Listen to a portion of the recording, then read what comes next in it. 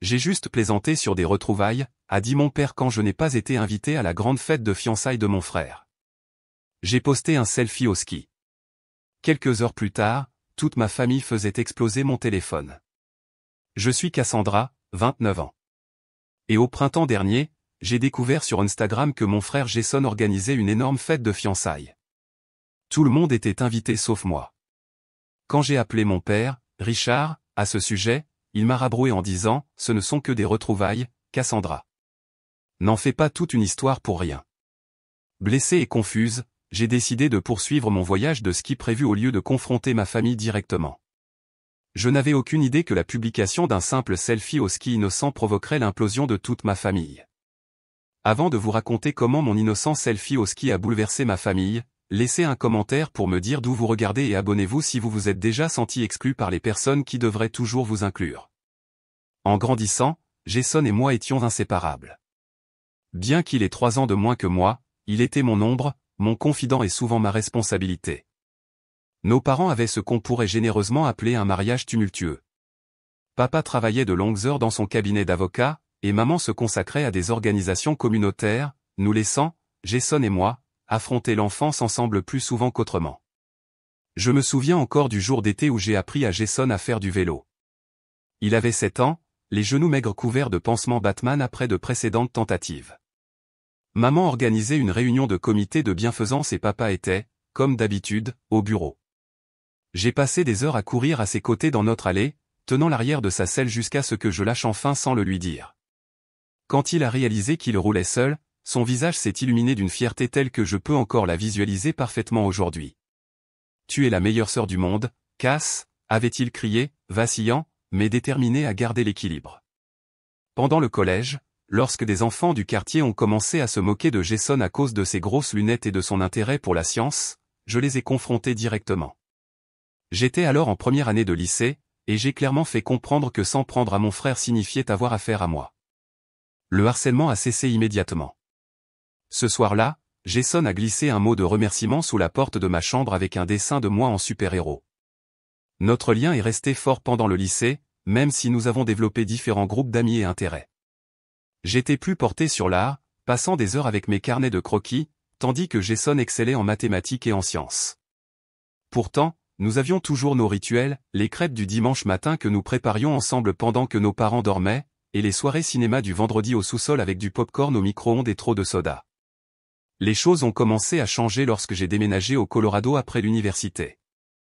J'avais décroché un emploi de rêve dans une agence de conception graphique à Denver, à près de 3200 km de notre ville natale de Philadelphie. Jason était toujours à Penn State, terminant ses études d'ingénieur. Nous avons promis de rester proches malgré la distance. La première année, nous nous en sommes bien sortis. Nous avions des appels vidéo hebdomadaires. J'ai pris l'avion pour rentrer chez moi pour sa remise de diplôme. Il a passé un mois d'été avec moi dans le Colorado, où je lui ai appris à faire du snowboard. Mais lentement, inévitablement, la distance a créé un espace entre nous. Au cours des 2 dernières années, notre communication a diminué. Mes appels à son attention se sont souvent retrouvés sur sa messagerie vocale. Ses réponses à mes textos sont devenues plus courtes, parfois juste des emojis ou des réponses d'un seul mot. J'ai attribué cela au fait qu'il construisait sa propre vie d'adulte, commençant sa carrière dans un cabinet d'ingénierie à Philadelphie, se faisant de nouveaux amis. Puis vint Megan. Jason l'a rencontrée lors d'une conférence de travail il y a environ 1 an. D'après le peu qu'il a partagé, elle était intelligente, ambitieuse et travaillait dans le marketing. Au cours de toute l'année où ils se sont fréquentés, je ne l'ai rencontrée que 2 fois, une fois brièvement lorsque j'étais rentré chez moi pour Thanksgiving, et une autre fois à Noël. Les 2 rencontres ont été agréables mais superficielles. Megan semblait assez gentille, bien qu'un peu réservée avec moi. Elle a posé des questions polies sur ma vie au Colorado, mais a changé de sujet chaque fois que j'essayais de partager des histoires sur Jason et moi en grandissant. J'ai remarqué que Jason devenait de plus en plus distant après avoir commencé à fréquenter Megan. Lorsque j'appelais pour discuter, il répondait mais semblait distrait, disant souvent qu'il devait partir après seulement quelques minutes. Mes textos sur les blagues privées que nous partagions restaient sans réponse. Les invitations à lui rendre visite au Colorado ont été accueillies par des réponses vagues, peut-être un jour. Pourtant, je n'ai jamais imaginé que le fossé entre nous s'était creusé au point que je serais exclu de l'une des célébrations les plus importantes de sa vie. Après tout, nous étions plus que des frères et sœurs en grandissant. Nous étions des alliés, des partenaires pour naviguer dans la dynamique de notre famille. J'avais toujours pensé que ce lien était incassable. C'était un mardi soir ordinaire de mars lorsque mon monde a basculé. Je me détendais après le travail, faisant défiler Instagram tout en regardant à moitié une émission de télé-réalité. Le post de ma cousine Angela a arrêté mon pouce en plein milieu du défilement. L'image la montrait tenant deux robes différentes avec la légende « Aidez-moi à décider laquelle porter pour la grande fête de fiançailles de Jason et Meghan ce week-end. Dies fête de famille # cousin qui se marie. J'ai cligné des yeux, sûr d'avoir mal lu quelque chose. J'ai fait défiler vers le haut et j'ai relu. Une fête de fiançailles ce week-end. Je n'avais rien entendu parler d'une fête de fiançailles, et encore moins d'une qui se déroulerait dans quelques jours seulement. Ma première pensée a été qu'il devait y avoir une erreur. Bien sûr, mon frère m'aurait invité à sa fête de fiançailles. J'ai rapidement vérifié mes emails, y compris les dossiers de spam, pensant que l'invitation avait peut-être été perdue d'une manière ou d'une autre. Rien. J'ai vérifié à nouveau ma pile de courrier physique, bien que je sache que je n'avais rien vu qui ressemblait à une invitation. Rien là non plus. J'ai même vérifié ma messagerie vocale pour voir si Jason avait appelé pendant que j'étais en réunion. Rien qu'un rappel concernant mon prochain rendez-vous chez le dentiste.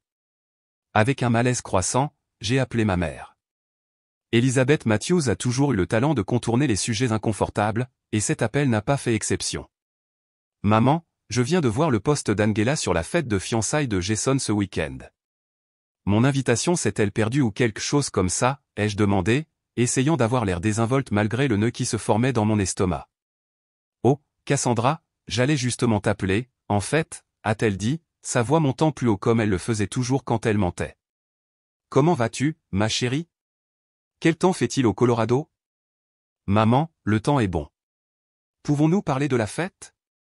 Je n'ai rien entendu à ce sujet. Il y a eu une pause, puis un rire nerveux. Eh bien, tu sais, tout a été organisé assez rapidement. Les parents de Meghan insistaient pour organiser quelque chose avant que sa grand-mère ne se fasse opérer de la hanche le mois prochain. Cela n'explique pas pourquoi je n'ai pas été invité, maman. Une autre pause. Je pensais que Jason t'avait appelé à ce sujet. Tu sais comment il est avec ces choses-là, il laisse toujours les détails pour la dernière minute. Maintenant, le nœud dans mon estomac s'était transformé en une lourde pierre. Donc, il y a une fête, et je suis censé être invité? Eh bien, ma chérie, ce n'est qu'un petit rassemblement en réalité.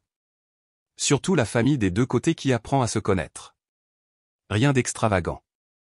L'évasivité dans son ton m'a dit tout ce que j'avais besoin de savoir. J'ai mis fin à l'appel peu après, promettant de parler bientôt, bien que nous sachions toutes les deux que ce n'était qu'un moyen d'échapper à la conversation inconfortable. Ensuite, j'ai appelé mon père. Richard Matthews était beaucoup de choses, mais il n'avait jamais été du genre à édulcorer la réalité. Si quelqu'un devait me donner une réponse directe, ce serait lui. Papa, que se passe-t-il avec la fête de fiançailles de Jason? Maman est bizarre à ce sujet, et je n'ai pas reçu d'invitation. Le ton de mon père a traversé le pays par la ligne téléphonique. Cassandra, ce ne sont que des retrouvailles en quelque sorte. La famille Henderson qui rencontre notre famille. Rien que tu aies besoin de t'inquiéter de manquer. Mais Angela y va, et d'après son post, on dirait que c'est un grand événement. Ta cousine exagère tout. Tu le sais. Ce n'est qu'un dîner au country club. Le père de Meghan y est membre. Donc je ne suis pas invité, ai-je insisté, ayant besoin de l'entendre directement. Écoute, Cassandra, ce n'est pas personnel. La liste des invités a dû être limitée. Ce ne sont que des retrouvailles. Ça ne vaut pas la peine que tu traverses le pays pour ça. Concentre-toi sur ton travail là-bas. C'est ce qui compte. Après avoir raccroché avec mon père, je suis retourné sur les réseaux sociaux avec un nouvel objectif. J'ai vérifié les profils d'autres membres de la famille et j'ai trouvé d'autres preuves que c'était loin du « petit rassemblement » ou des « simples retrouvailles » que mes parents avaient décrits. Ma tante Patricia avait posté qu'elle s'était fait coiffer spécialement pour le grand événement. Mon cousin adolescent Tyler se plaignait de devoir porter un costume pour la fête chic de Jason. La pire découverte est survenue lorsque j'ai constaté que Meghan avait créé une page d'événements privés que quelqu'un avait tagué dans un commentaire. bien que je ne puisse pas accéder à tous les détails, l'aperçu montrait la célébration des fiançailles de Jason et Meghan, avec un modèle d'invitation formelle et un nombre d'invités qui semblait bien supérieur à 100 personnes. Les mains tremblant légèrement, j'ai appelé Jason. L'appel a été directement transféré à la messagerie vocale, ce qui n'était pas inhabituel ces derniers temps. J'ai laissé ce que je pensais être un message mesuré. Salut, je viens d'entendre parler de ta fête de fiançailles ce week-end. Rappelle-moi quand tu pourras. 1 heure plus tard, j'ai reçu un texto au lieu d'un appel en retour. Super occupé avec le travail et les préparatifs du mariage. On se parle plus tard. C'est tout. Pas d'explication, pas d'invitation, même pas une reconnaissance de l'exclusion évidente. Le coup de grâce est survenu lorsque j'ai vu que Tammy Wilson, mon ami du lycée qui avait à peine parlé à Jason depuis la fin de ses études, avait posté son enthousiasme à l'idée d'assister à la fête de fiançailles de Jason Matthews. Ainsi, non seulement les membres de la famille élargie étaient invités, mais aussi d'anciennes connaissances qui n'étaient même pas proches de mon frère avaient été retenues, alors que moi, d'une manière ou d'une autre, je ne l'avais pas été. À la fin de la soirée, la vérité était inévitable, mon frère organisait une grande célébration, et j'avais été délibérément exclu. Le frère que j'avais protégé, soutenu et aimé avec acharnement tout au long de notre enfance avait décidé que je ne méritais pas d'être là pour l'un des moments les plus importants de sa vie d'adulte. Cette nuit-là, le sommeil m'a complètement échappé. J'ai traversé les émotions comme une machine à laver dans un cycle de rotation sans fin, blessure, confusion, colère, doute de soi, retour à la blessure. Vers 2 heures du matin, j'ai appelé ma meilleure amie, Autumn, oubliant que le décalage horaire signifiait qu'il était 4 heures du matin à New York. Il vaut mieux que quelqu'un soit mort ou accouche, a-t-elle marmonné dans le téléphone. Jason organise une énorme fête de fiançailles ce week-end, ai-je dit, ma voix se brisant malgré mes efforts pour paraître calme, et je n'ai pas été invité. Littéralement, tout le monde a été invité. Des parents éloignés, de vieux amis du lycée, probablement le facteur aussi, mais pas moi. Autumn a été instantanément alerté. Attends, quoi? Ça n'a aucun sens. Toi et Jason avez toujours été si proches. Apparemment, plus maintenant, ai-je dit, fixant mon plafond alors que des larmes coulaient silencieusement dans mes cheveux. Mes parents sont au courant aussi. Papa a littéralement dit que ce n'était que des retrouvailles et que ça ne valait pas la peine que je prenne l'avion pour ça. C'est n'importe quoi. Autumn a dit avec la loyauté féroce qui avait fait d'elle ma meilleure amie depuis l'université, as-tu envisagé que ce soit peut-être l'œuvre de Meghan? Tu ne l'as rencontrée que quoi, 2 fois. L'idée m'avait traversé l'esprit, mais le fait d'entendre Autumn le dire donnait plus de substance à l'idée. Peut-être. À Noël, je l'ai entendu dire à Jason que je semblais trop concentré sur ma carrière pour jamais me caser, comme si c'était un défaut de caractère. De l'insécurité classique, a déclaré Autumn. Elle se sent probablement menacée par ta relation avec Jason. Certaines femmes deviennent bizarres à propos des parentes de leurs partenaires, surtout les sœurs. Tu te souviens du drame du mariage de ma cousine Rachel? Nous avons parlé pendant près d'1 heure, Autumn validant mes sentiments et m'aidant à gérer le choc. Avant de raccrocher, elle m'a demandé mes projets pour le week-end. En fait, j'étais censé partir en voyage de ski à Greenwich avec des collègues. Je pensais annuler pour me vautrer dans l'apitoiement sur mon sort à la place.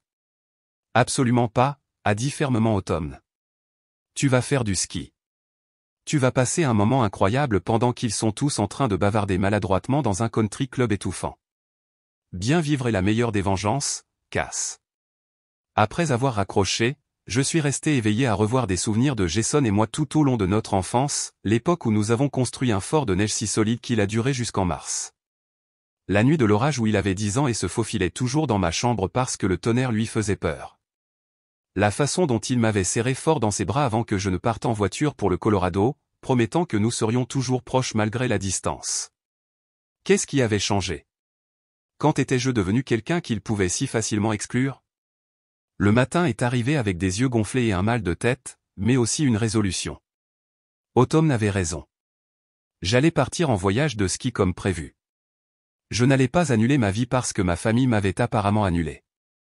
Alors que je préparais mon équipement ce soir-là après le travail, je luttais contre de nouvelles larmes. Mon blouson de ski préféré était un cadeau de Noël de Jason il y a 2 ans.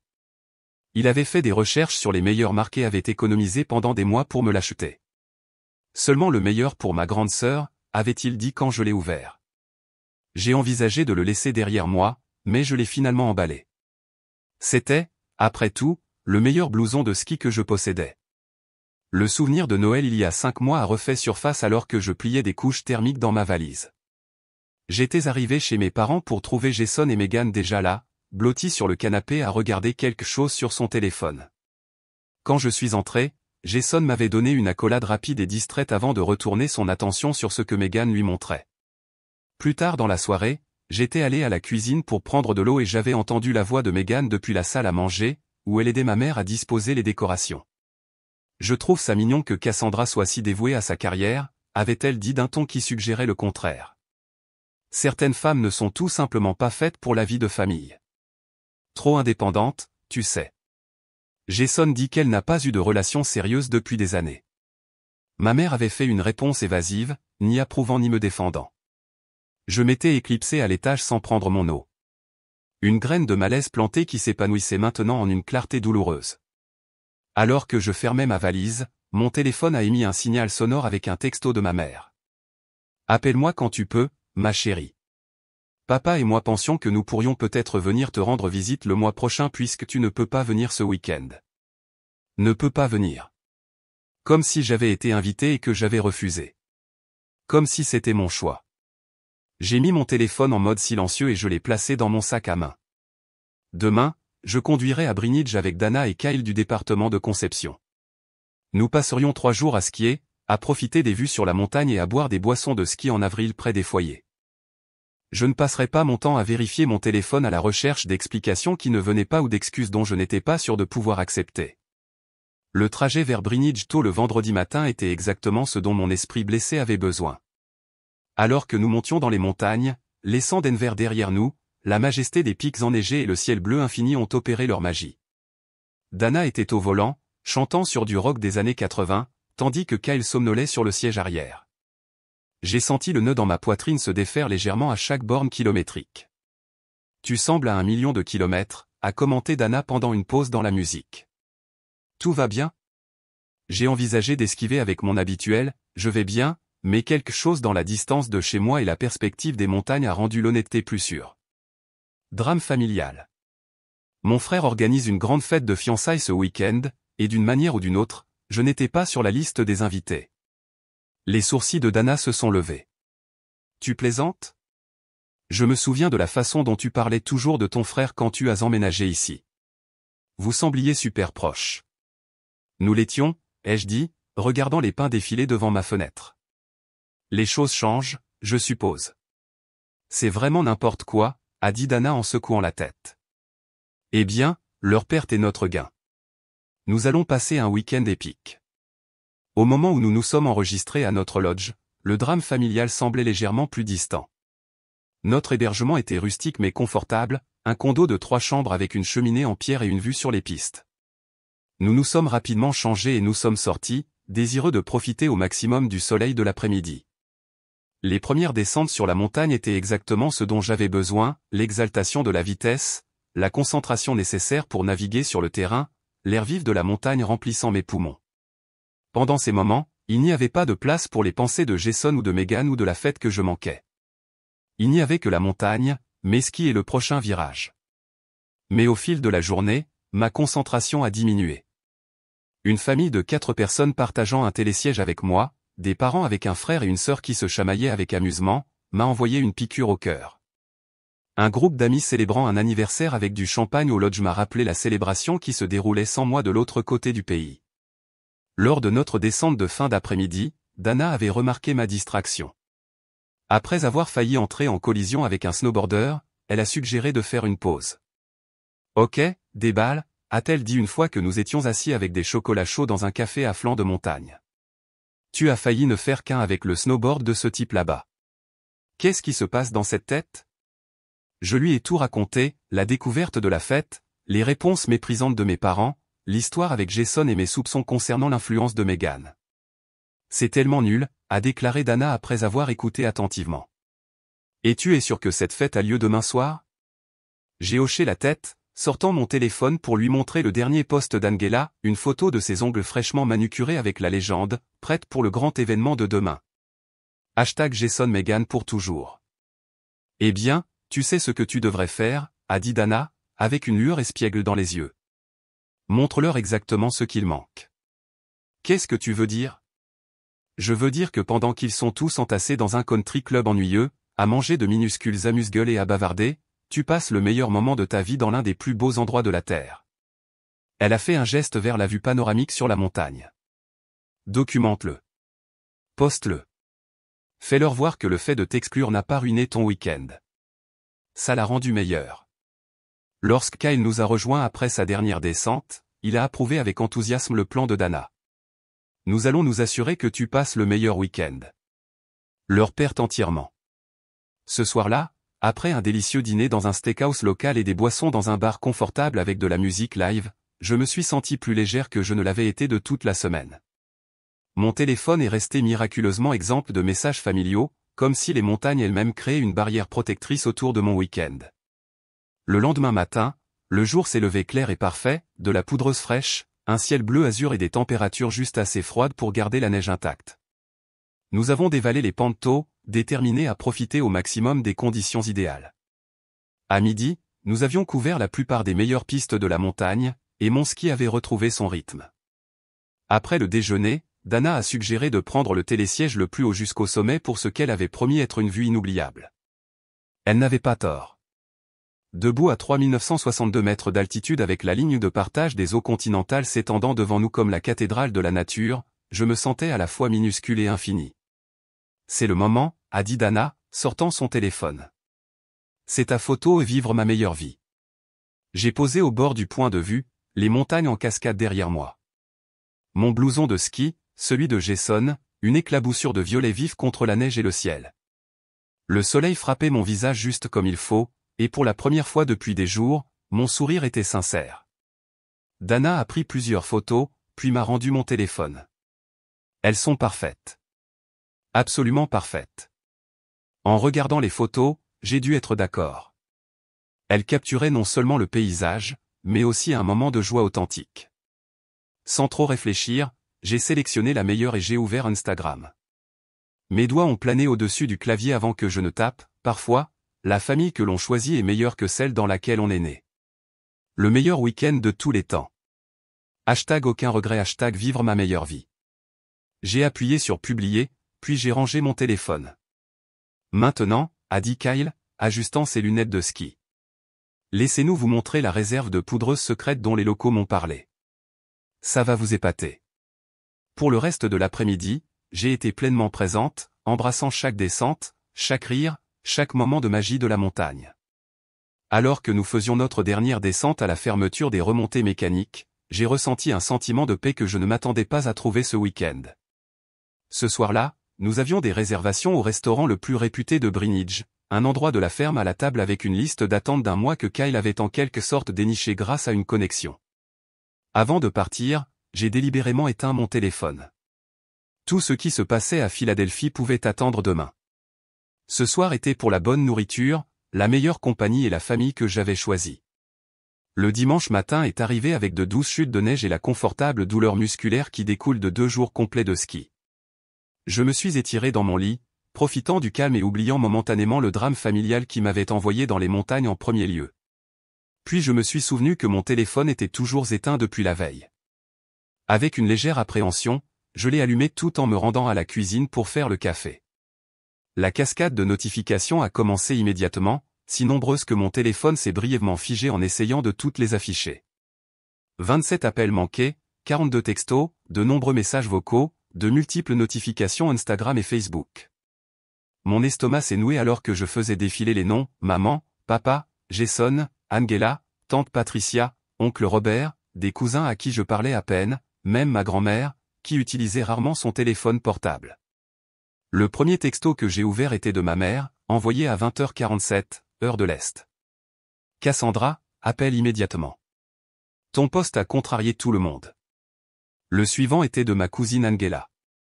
OMG, pourquoi ferais-tu ça? Tout le monde à la fête parle de ton poste au lieu de célébrer J&M. Avec une confusion croissante, j'ai cliqué sur un message vocal de Jason, horodaté à 21h32. Mais qu'est-ce que c'est que ce bordel, Cass?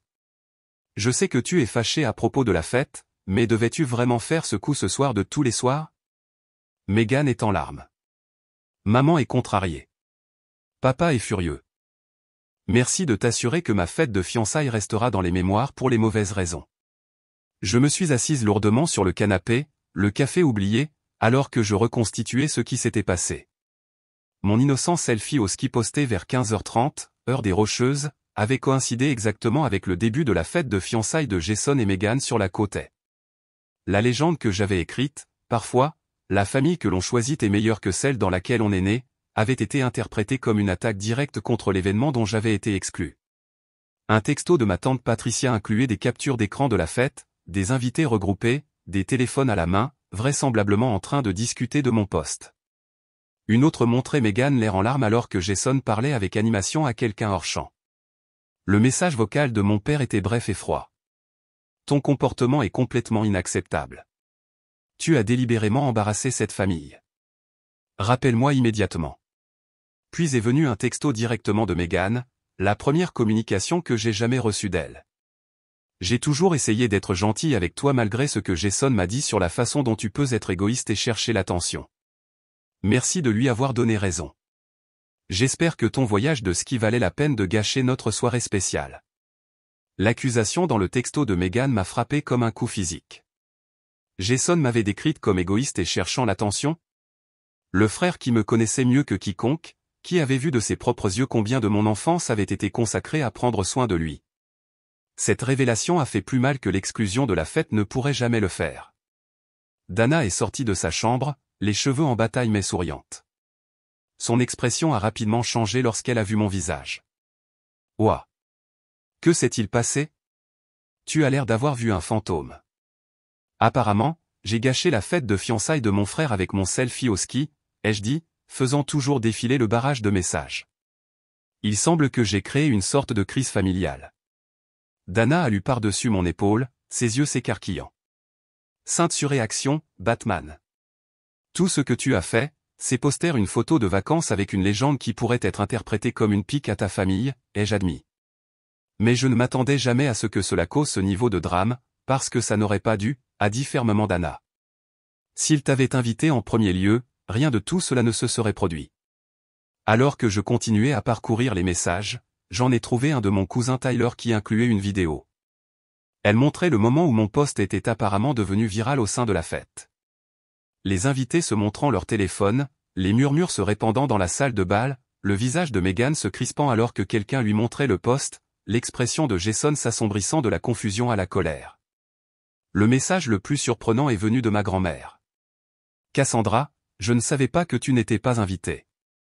C'était mal de leur part, mais ton timing aurait pu être meilleur, ma chérie. Appelle-moi quand tu peux. Au moment où Kyle nous a rejoints, j'avais une idée plus claire de ce qui s'était passé. Mon poste n'avait pas seulement été remarqué.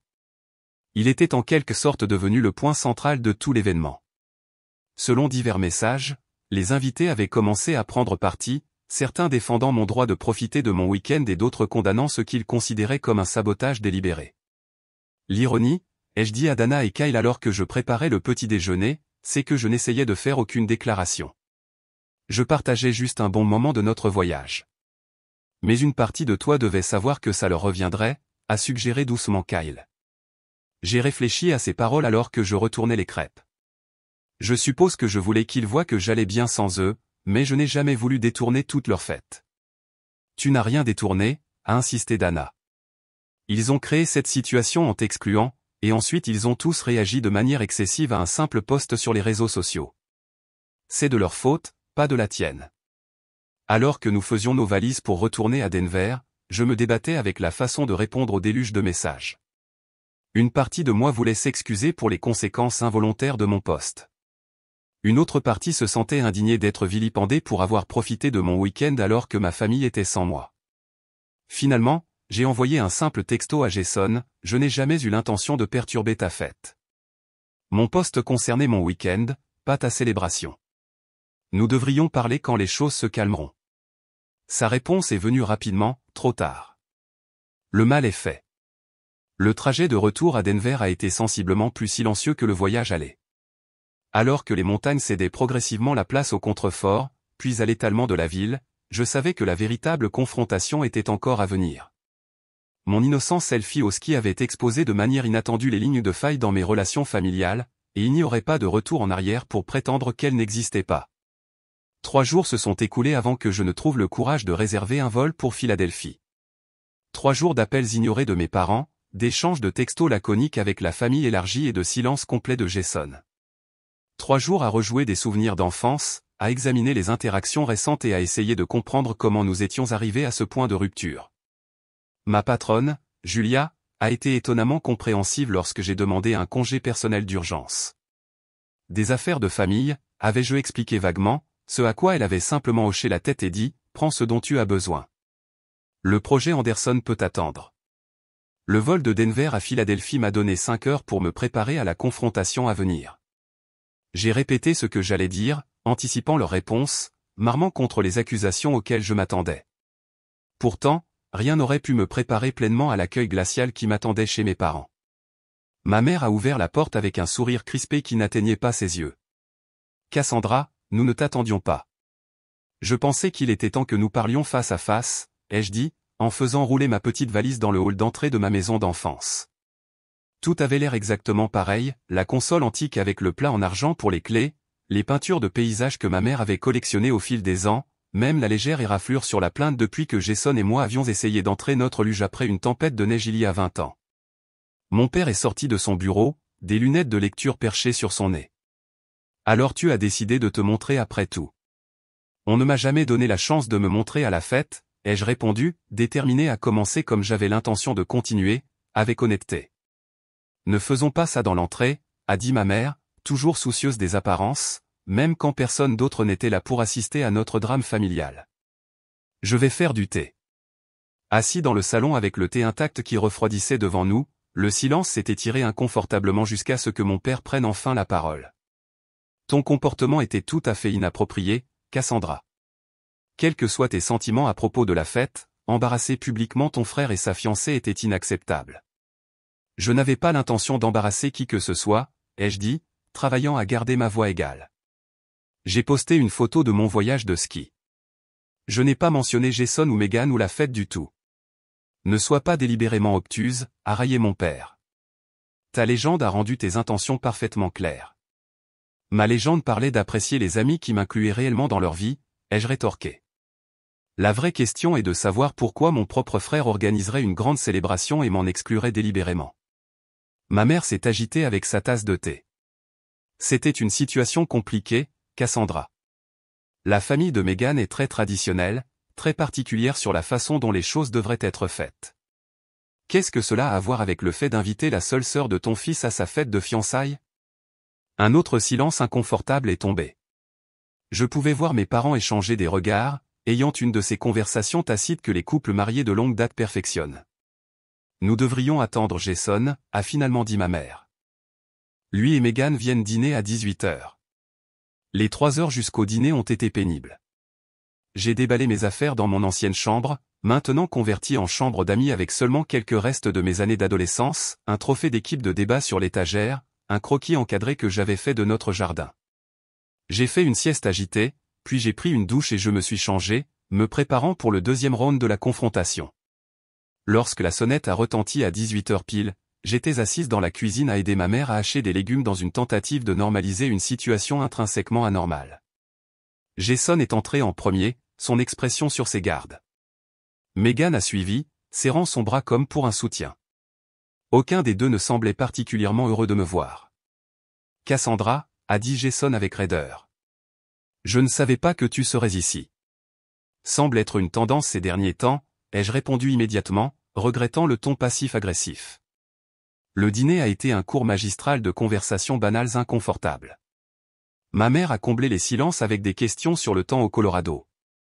Mon père s'est enquis des conditions de ski à Brinidge, et Megan a offert des réponses monosyllabiques lorsqu'elle était directement interpellée.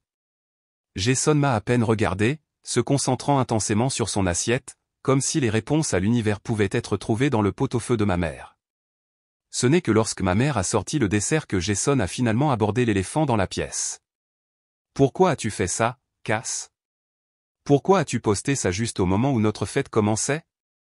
Je n'avais aucune idée de l'heure à laquelle votre fête commençait, ai-je dit. Honnêtement, je n'ai pas été exactement incluse dans les détails de la planification.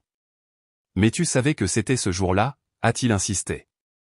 Tu devais savoir que ton poste provoquerait un drame. Je savais que tu organisais une fête à laquelle je n'étais pas invité, ai-je reconnu, mais je passais un très bon moment à Bridge et je l'ai partagé. Tout ne tourne pas autour de toi, Jason. Megan a fait un petit bruit dédaigneux. Vraiment? Pure coïncidence. Quelque chose dans son ton, le mépris, la moquerie subtile, a brisé le dernier de mes freins. Pourquoi n'ai-je pas été invité, Megan? J'aimerais vraiment entendre ton explication. Ses yeux se sont légèrement agrandis, puis se sont rétrécis. Elle a jeté un coup d'œil à Jason, s'attendant clairement à ce qu'il réponde à la question. C'était une décision difficile, a commencé Jason, sa voix de représentant d'entreprise émergent, celle qu'il utilisait pour les appels clients que j'avais entendus lors de ses visites, avec des limitations de lieu et des considérations budgétaires. Arrête, ai-je interrompu. Il y avait plus de 100 personnes là-bas. Des cousins au second degré que nous n'avons pas vus depuis des années étaient là. Les amis du club de lecture de maman étaient là. Ne m'insulte pas en prétendant que c'était une question d'espace ou d'argent. La façade professionnelle de Jason s'est fissurée. Très bien. Tu veux la vérité? Megan ne voulait pas que tu sois là. Elle a l'impression que tu n'as jamais fait d'effort avec elle, que tu juges ses choix de style de vie, que tu étais constamment en compétition avec elle pour attirer mon attention.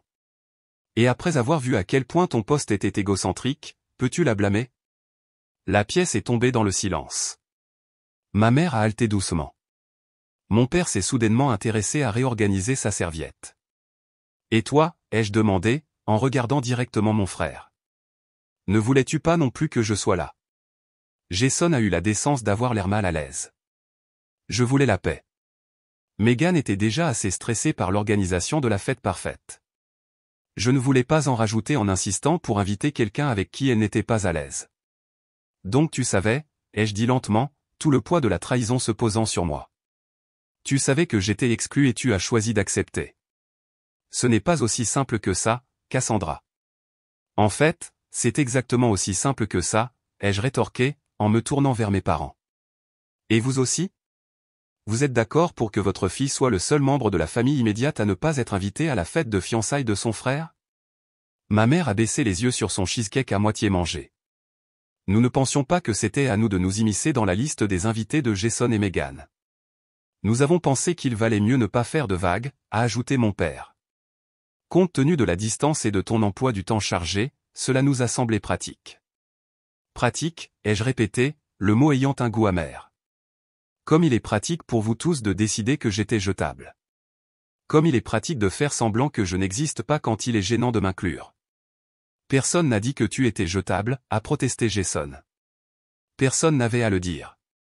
Vos actions l'ont rendu parfaitement clair. Je me suis levé, incapable de rester assise à la table en faisant semblant que nous prenions un dîner de famille normal. Pour que ce soit clair, j'ai fait tous les efforts avec Megan bien que je ne l'ai rencontrée que 2 fois. Je n'ai jamais jugé ses choix de style de vie. Je sais à peine ce qu'ils sont parce que tu as si peu partagé sur ta relation avec moi. Et quant à me battre pour ton attention, j'ai passé la dernière année à essayer de maintenir un niveau de communication de base avec toi alors que tu es devenu de plus en plus distant. Le visage de Megan a rougi. Jason m'a dit comment tu essaies toujours de surpasser tout le monde, comment tu dois être le centre de l'attention. Il m'a prévenu que tu ferais en sorte que tout cela tourne autour de toi. Je me suis tourné vers mon frère, vraiment choqué. C'est vraiment comme ça que tu me décris à elle? Ta sœur qui t'a pratiquement élevé quand maman et papa étaient trop occupés avec leur propre vie? Qui t'a défendu contre les intimidateurs? Qui a passé son enfance à s'assurer que tu ne te sentais jamais aussi négligé que moi? Jason a eu la grâce d'avoir l'air honteux. Je n'ai jamais dit ces mots exacts, mais tu ne l'as pas corrigé lorsqu'elle a eu cette impression, ai-je insisté. Tu l'as laissé croire que j'étais une reine du drame en quête d'attention et ensuite tu as utilisé cela comme justification pour m'exclure de ta vie. Tu es mélodramatique en ce moment, a interrompu mon père. Non, papa. Pour une fois, je me défends au lieu d'accepter le récit familial selon lequel mes sentiments n'ont pas d'importance. J'ai regardé autour de la table chacun d'eux à tour de rôle.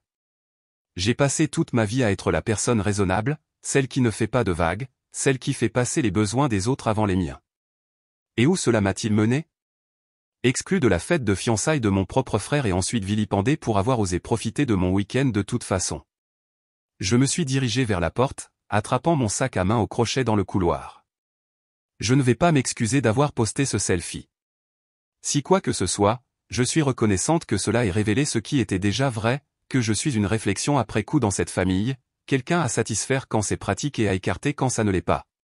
Cassandra, ne pars pas comme ça, a plaidé ma mère.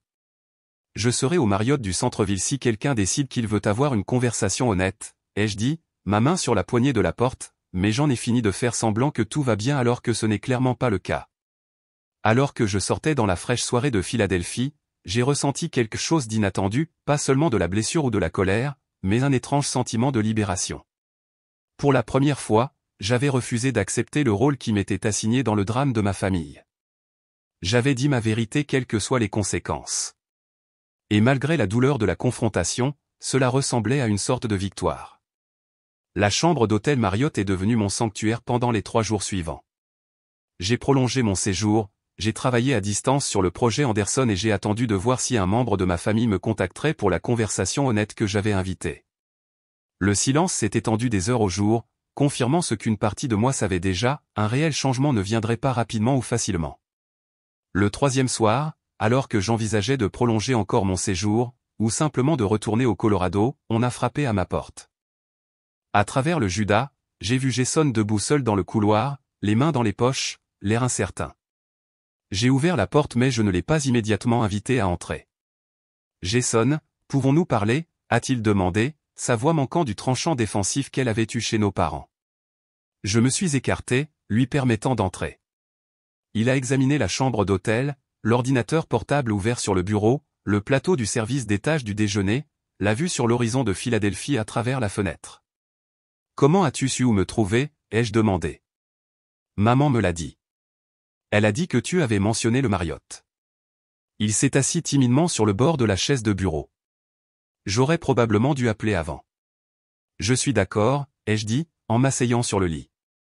Mais tu es là maintenant. » Nous nous sommes regardés pendant un long moment, 29 ans d'histoire partagée suspendue entre nous. « Je suis désolé, » a-t-il finalement dit, les mots émergeant avec un effort visible. « J'ai tout mal géré. La fête, ton exclusion, les conséquences, tout ça. » J'ai hoché la tête, acceptant ses excuses mais attendant plus. « Je ne t'ai jamais décrite à Megan comme elle l'a suggéré, » a-t-il poursuivi. « Mais je ne l'ai pas non plus corrigée lorsqu'elle a eu des impressions négatives de toi. C'était mal de ma part.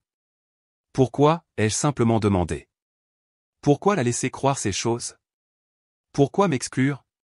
Qu'est-ce qui nous est arrivé, Jason? Il a soupiré profondément, se frottant le visage avec ses mains. Je me suis retrouvé pris entre 2 loyautés. Megan, elle vient de cette famille à l'air parfait, des parents toujours fous amoureux après 30 ans, des dîners du dimanche chaque semaine, des vacances en famille où personne ne se dispute. Je voulais tellement m'intégrer à ce monde. Et tu m'as rappelé notre famille résolument imparfaite. Quelque chose comme ça? Il a admis. De plus, chaque fois que je te mentionnais, elle avait ce regard. Elle n'a jamais dit ouvertement qu'elle ne voulait pas de toi autour, mais je pouvais dire qu'elle se sentait menacée par notre relation, par notre histoire. Alors tu as choisi le chemin de la moindre résistance, ai-je dit, comprenant même si la douleur persistait. Je me suis dit que c'était temporaire, qu'une fois qu'elle apprendrait à mieux te connaître, les choses s'amélioreraient naturellement. Mais au lieu de cela, je vous ai gardées toutes les deux à distance l'une de l'autre, ce qui n'a fait qu'empirer les choses. Il m'a regardé, son expression sincère. Je n'ai jamais voulu que ça aille aussi loin. Quand la planification de la fête a commencé, j'ai supposé que tu serais invité. Au moment où j'ai réalisé que Megan et sa mère ne t'avaient pas incluse dans leur projet de liste d'invités, les invitations étaient déjà adressées. Et tu n'as rien dit. Je me suis dit qu'il était trop tard pour changer les choses sans créer de drame, que tu comprendrais. Il a laissé échapper un rire sans humour. J'étais un lâche, Cass. J'avais peur de faire bouger le bateau avec Megan et sa famille, alors j'ai sacrifié ma relation avec toi à la place. L'honnêteté était rafraîchissante, même si elle confirmait mes pires craintes. Je m'attendrais à cela de n'importe qui d'autre, Jason, mais pas de toi. Je sais, a-t-il dit doucement. J'ai brisé ta confiance et ensuite je t'ai blâmé d'avoir réagi au fait d'être blessé. Nous avons parlé pendant des heures cette nuit-là, en enlevant des couches d'incompréhension, en abordant la distance qui s'était creusée entre nous, pas seulement géographiquement, mais émotionnellement. J'ai appris que Megan s'était en effet sentie intimidée par les histoires que Jason racontait de notre lien étroit pendant l'enfance, craignant de ne jamais pouvoir être à la hauteur de la sœur qui connaissait toute son histoire, toutes ses blagues privées, toutes ses vulnérabilités. Elle vient d'une famille où les frères et sœurs sont cordiaux, mais pas particulièrement proches.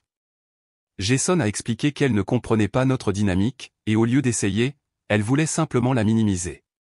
2 semaines après mon retour au Colorado, mes parents ont appelé. La conversation a été difficile, pleine de schémas de longue date refaisant surface et étant abordés peut-être pour la première fois. Ma mère a pleuré quand j'ai décrit à quel point je m'étais souvent senti négligé étant enfant. Mon père, jamais à l'aise avec les discussions émotionnelles, a néanmoins admis qu'il m'avait fait défaut dans cette situation. Nous aurions dû te défendre, a dit ma mère. Quand nous avons réalisé que tu n'étais pas sur la liste des invités, nous aurions dû dire quelque chose. Nous avions tort, a ajouté simplement mon père. C'était peut-être la première fois que je l'entendais admettre sa faute sans qualification. Le développement le plus surprenant est survenu un mois plus tard lorsque j'ai reçu un email de Megan.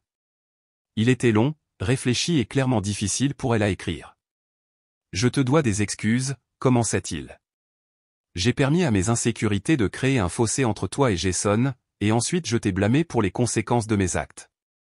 Elle a expliqué ses antécédents, comment ses parents avaient soigneusement organisé l'image d'une famille parfaite tout en cachant des problèmes importants, comment elle avait grandi en croyant que les vraies familles n'avaient pas de conflits ou de complications. Quand Jason parlait de toi, de votre relation, cela m'a fait peur. Cela semblait tellement plus réel et profond que tout ce que j'avais vécu avec mes propres frères et sœurs. Au lieu d'admirer cela, je me suis senti menacé par cela. Son email s'est terminé par une demande de repartir à zéro, de construire une relation basée sur le respect mutuel plutôt que sur la compétition ou l'insécurité. C'était plus que ce à quoi je m'attendais et exactement ce qui était nécessaire pour commencer à guérir. Le chemin pour reconstruire la confiance n'a été ni court ni droit. Il y a eu des revers, une action de grâce tendue où de vieux schémas ont essayé de se réaffirmer, un Noël où le formalisme de la famille de Megan s'est heurté à la nouvelle honnêteté que notre famille tentait. Mais il y a eu des progrès aussi. Jason et moi avons établi un appel vidéo hebdomadaire qui est devenu un moment sacré pour nous deux. J'ai pris le parti de contacter Megan directement plutôt que de toujours passer par mon frère. Mes parents ont commencé à faire des visites régulières au Colorado, découvrant qu'ils aimaient en fait la randonnée dans les montagnes et l'atmosphère détendue de Denver. 6 mois après le fiasco de la fête de fiançailles, je me suis tenu à côté de Jason à son mariage, officiellement en tant que demoiselle d'honneur de Megan, mais officieusement en tant que soutien indéfectible de mon frère, comme je l'avais toujours été. Avant la cérémonie, il m'a serré fort dans ses bras et m'a chuchoté « Merci de ne pas avoir abandonné avec moi-même quand je le méritais ». Pendant la réception, Megan m'a cherché pour un moment privé. « Je voulais que tu saches, a-t-elle dit, que je comprends maintenant ce que Jason essayait de me dire depuis le début, que t'avoir comme belle-sœur n'est pas une menace pour notre mariage, mais un cadeau pour notre famille. » Alors que je prenais l'avion pour retourner au Colorado le lendemain du mariage, j'ai réfléchi au parcours de l'année écoulée. L'exclusion de la fête de fiançailles avait été douloureuse, mais elle avait forcé des conversations qui étaient attendues depuis longtemps. Elle avait nécessité que nous examinions tous les schémas et les hypothèses qui étaient restés incontestés trop longtemps. Les familles sont des choses compliquées, désordonnées. Elles peuvent nous blesser plus profondément que quiconque parce qu'elles savent exactement où se trouvent nos vulnérabilités, mais elles peuvent aussi guérir d'une manière qui nous surprend si nous sommes assez courageux pour dire nos vérités et assez patients pour écouter les leurs. Le selfie qui avait causé un tel drame se trouve toujours dans mon fil Instagram. J'ai choisi de ne pas le supprimer, pas par dépit, mais comme un rappel que parfois les moments les plus douloureux peuvent mener à la croissance la plus nécessaire, un rappel que nous méritons tous d'être vus, d'être inclus, d'être valorisés par ceux qui prétendent nous aimer, et un rappel que se défendre n'a pas à signifier perdre les personnes qui comptent. Parfois, c'est la seule façon de vraiment les retrouver. Si vous vous êtes déjà senti exclu ou négligé par votre propre famille, j'espère que mon histoire vous donnera du courage, le courage de dire votre vérité, de fixer des limites et de croire que les vraies relations peuvent survivre à l'honnêteté. En fait, elles ne peuvent pas prospérer sans elles. Merci d'avoir écouté mon histoire. Veuillez laisser un commentaire en partageant un moment où vous avez dû vous défendre avec votre famille. Nous pouvons tous apprendre des expériences des autres. Et si cette histoire a résonné en vous, appuyez sur le bouton j'aime, abonnez-vous pour entendre plus d'histoires vraies et partagez avec quelqu'un qui pourrait avoir besoin de savoir qu'il n'est pas seul pour naviguer dans des dynamiques familiales compliquées. N'oubliez pas que parfois les moments les plus douloureux mènent aux plus belles transformations.